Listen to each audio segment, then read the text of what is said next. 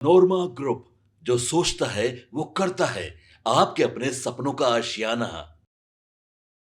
बिहार में चुनाव का काउंटडाउन शुरू हो चुका है और रणनीतियां भी अब साफ साफ दिखने लगी हैं। 4 बैठकों के बाद सबसे पहले महागठबंधन की हम चर्चा कर लेते हैं कि सीटों के बंटवारे की कवायद तेज हो गई है। हालांकि चौथी बैठक में जैसा कि आपको जानकारी मिली होगी और हमने खबरों में बताया भी था कि भीतर में बहुत सारे हंगामे हुए और एक दूसरे पर आरोप प्रत्यारोप भी लगे। इसके साथ साथ सीटों को लेकर के जो लिस्ट मांगी गई थी उस लिस्ट को लेकर के तेजस्वी यादव ने कहा कि इस पर हम विचार करेंगे और बैठ करके हम बातचीत करेंगे।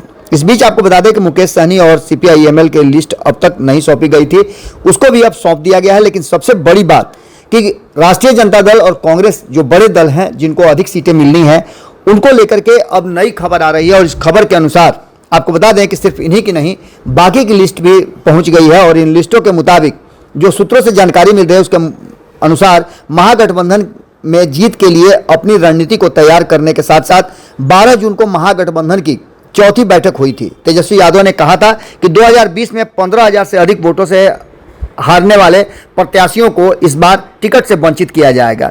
ऐसे लोगों की अगर लिस्ट देखें तो 62 पुराने कैंडिडेट को बदलने की बात चल रही थी। और चुनाव आयोग के आंकड़े के मुताबिक 2020 में विधानसभा चुनाव में 243 में से महागठबंधन के 62 ऐसे कैंडिडेट थे जो 15,000 से ज़्यादा वोटों से हारे थे। इसका मतलब महागठबंधन के 62 पुराने कैंडिडेटों का टिकट कटना लगभग फाइनल है।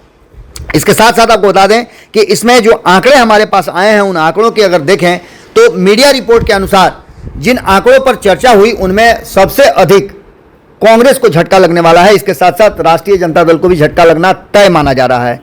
आपको बता दें कि इस पूरी लिस्ट को देखने के बाद एक बात तो साफ नजर आ रहा है कि 2025 के चुनाव में जो परिस्थितियां बनी हैं उन परिस्थितियों में पहले तो सीट शेयरिंग के समझौते पर ही मामला अटका हुआ है, लेकिन दूसरी तरफ कहा जाए तो तेजस्वी यादव का जो फैसला है उस फैसले को लेकर के भी अब कई तरह की परिस्थितियां सामने आ रही हैं। तेजस्वी यादव ने साफ कर दिया है क्योंकि वो महागठबंधन के बॉस हैं और उन्हें कोऑर्डिनेशन कमेटी का हेड बनाया गया है।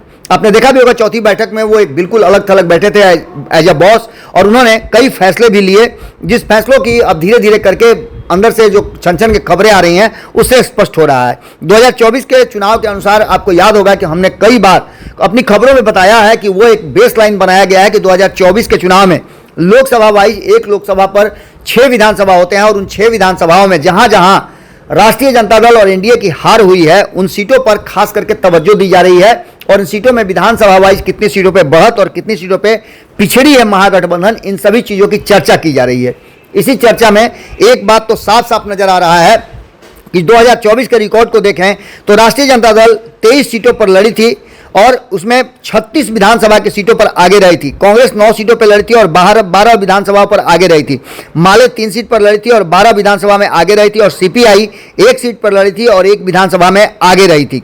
ये आंकड़े बताते हैं कि आप समझ सकते हैं कि जब 23 सीटों पर लड़ी थी तो उसके पास लगभग 70-78 सीटें हो जाती हैं राष्ट्रीय जनता दल के पास, जिसमें से 50% पर आकर के ठहर गई थी और 50% से भी कम था। तो वहीं आपको कांग्रेस में भी देखना पड़ेगा, कांग्रेस की भी लगभग कमोबेश स्थिति यही थी। सीपीएम 1 सीट पर लड़ी थी और यह विधानसभा के आगे नहीं रही थी। मुकेश सहनी की पार्टी वीआईपी 3 सीट पर चुनाव लड़ी थी और एक भी विधानसभा में आगे नहीं रही थी। इसके आधार पर अगर सीटों का बंटवारा होगा तो आप समझ सकते हैं कि परिस्थितियां क्या होगी। और मुकेश सहनी के साथ साथ लेफ्ट का जो डिमांड है वो डिमांड पूरी तरह से निरस्त और ध्वस्त होता हुआ नजर आ रहा है और यही वो कारण है जिसको लेकर के तेजस्वी यादव इस बार नई रणनीति पर काम करना चाहते हैं और इसके आधार पर सीट शेयरिंग का समझौता करना चाहते हैं। अगर ऐसा हुआ तो 100 से अधिक उम्मीदवार कैंडिडेट जो हैं उनका पत्ता साफ हो सकता है। राष्ट्रीय जनता दल की बात करें तो 75 सिटिंग सीटें विधायक उनके हैं, 21 विधायक पार्टी के नेतृत्व के निशाने पर हैं।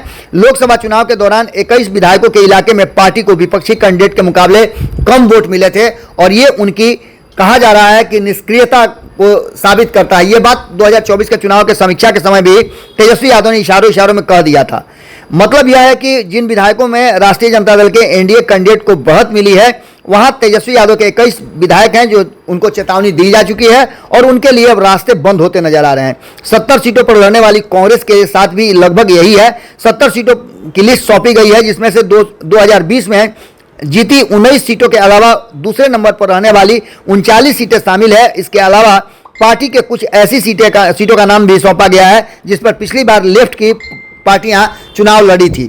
कांग्रेस का तर्क है कि पिछली बार हमने अपनी परंपरागत सीटें सौंपी थी, जिसके कारण हमें परेशानी हुई थी। हमें जो सीटें बची थी उन सीटों को नहीं मिला था और उन सीटों से हमें वंचित रखा गया था। इसके बाद जो कहानी समझ में आई वो साफ साफ नजर आ रही है कि पूरी तरह से अब तेजस्वी यादव इलेक्शन मोड में आ गए हैं और उन्होंने इन सभी परिस्थितियों को लेकर के जो बातें कही हैं वो साफ साफ इशारा कर रही है कि कहीं ना कहीं जो वर्तमान परिस्थिति है उसमें राष्ट्रीय जनता दल 144 सीटों पर चुनाव लड़ी थी और 75 सीटों पे उसे बढ़त मिली थी। कांग्रेस 70 पर लड़ी थी, 19 जीती थी। माले 19 सीट पर लड़ी थी, 12 पर जीती थी। भाजपा 6 सीट पर लड़ी थी, 2 जीती थी और माकपा 4 सीट पर लड़ी थी और 2 जीती थी।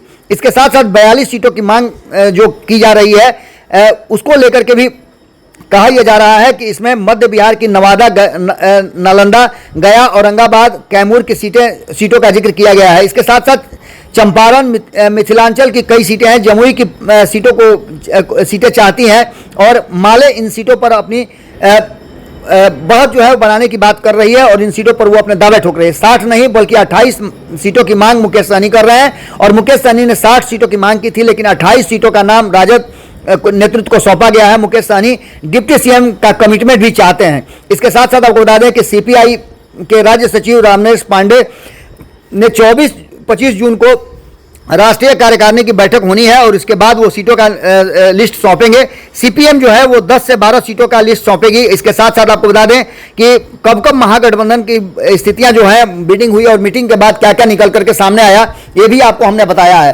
3 मीटिंग में 17 अप्रैल को पहली मीटिंग हुई थी, उसके बाद 24 अप्रैल को हुई थी, 3 मई को मीटिंग हुई और 12 जून को अंतिम चौथी मीटिंग हुई। इस मीटिंग में अभी तक बहुत कुछ निकल के सामने नहीं आया है, लेकिन एक बात तो साफ नजर आ रहा है कि तेजस्वी यादव जिस मूड में है और जिस तरह से वो आगे बढ़ रहे हैं उससे साफ साफ नजर आता है कि कहीं ना कहीं तेजस्वी यादव इस बार कोई भी समझौता करने के मूड में नहीं है और हर हाल में जो आंकड़े आ रहे हैं, जो सर्वे रिपोर्ट आ रहे हैं, उसमें तेजस्वी यादव का ग्राफ बढ़ा हुआ है और यही कारण है कि तेजस्वी यादव काफी उत्साहित भी हैं और फैसला लेने में वो कोई भी कोताही बरतने के लिए तैयार नहीं है। कड़े फैसले लेकर के तेजस्वी यादव चाहते हैं कि इस बार महागठबंधन की सरकार बनाई जाए और इसमें बाकी के सहयोगी भी सहयोग करें। अब ऐसे में एक बात तो साफ नजर आ रही है कि कहीं ना कहीं जो परिस्थितियां बनी है वो साफ साफ इशारा कर रही हैं कि तेजस्वी यादव का ये फैसला कई दलों पर भारी पड़ने वाला है और इसका खामियाजा भी कई दलों को भुगतना पड़ सकता है। यानी कि कहानी में ट्विस्ट यह है कि तेजस्वी ने राष्ट्रीय जनता दल सहित कांग्रेस, लेफ्ट और वीआईपी की लिस्ट जो दी गई थी उसको रिजेक्ट कर दिया है और 100 से ज्यादा नाम पर कटकुट का चिन्ह यानी क्रॉस लगा दिया है। अब देखना दिलचस्प ये होगा कि नेक्स्ट बैठक जो होगी उसमें क्या कुछ निकल के सामने आता है। जुड़े रहिए भारत लाइव के साथ, खबरों का सिलसिला लगातार जारी है। बहुत बहुत धन्यवाद। वीडियो पसंद आई और वह बिहार के राजनीति और बिहारियत से सरोकार रखेनी तो सब्सक्राइब बटन दबा के चैनल के सब्सक्राइब कर ली। ओजे एगो घंटी बा, ओकरा बटन दबा देला से कुल सटीक और मारक खबर रुआ मुफ्त में मिल जाई। अगर रुआ पत्रकारिता के हमनी के नया प्रयोग में सहयोग कर चाहतानी तो ज्वाइन बटन दबा दी। पेटीएम नंबर नोट कर ली 9386816700। धन्यवाद।